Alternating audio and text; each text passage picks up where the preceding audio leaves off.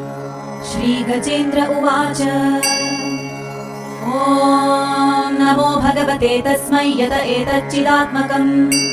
पुरुषायादिबीजाय परेशायाभिधीमहि यस्मिन्निदं यतश्चेदं येनेदं य इदं स्वयं योऽस्मात् परस्माच्च परस्तं प्रपद्ये स्वयंभुवम् यस्वात्मनीदं निजमाययार्पितं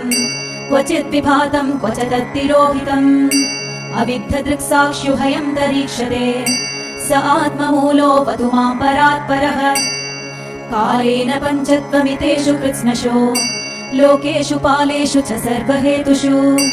तमस्तदासीत् गहनं गभीरम् यस्तस्य पारेऽभिविराजते विभुः न यस्य देवा ऋषयः पदं विदुर् जन्तुः पुनः कोऽर्हति गन्तुमीरितुम्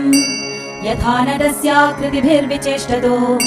दुरत्ययानुक्रमणः समावतु दिरुक्षवो यस्य पदं सुमङ्गलम्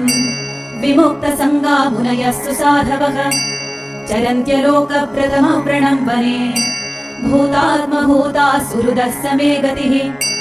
न विद्यते यस्य च जन्म कर्म वा न नामरूपे गुणदोष एव वा तथापि लोकाप्ययसम्भवायया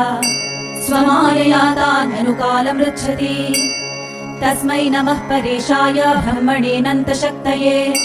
अरूपायोरुरूपाय नम आश्चर्यकर्मणे नम आत्मप्रदीपाय साक्षिणे परमात्मने नमो गिराम्बिधूराय मनसश्चेतसामपि सत्त्वेन प्रतिलभ्याय नैष्कर्म्येन विपश्चिता नमः कैवल्यनाथाय निर्वाणसुखसंविदे नमः शान्ताय घोराय मूढाय गुणधर्मिणे निर्विशेषाय साम्याय नमो ज्ञानघनाय च क्षेत्रज्ञाय नमस्तुभ्यं सर्वाध्यक्षाय साक्षिणे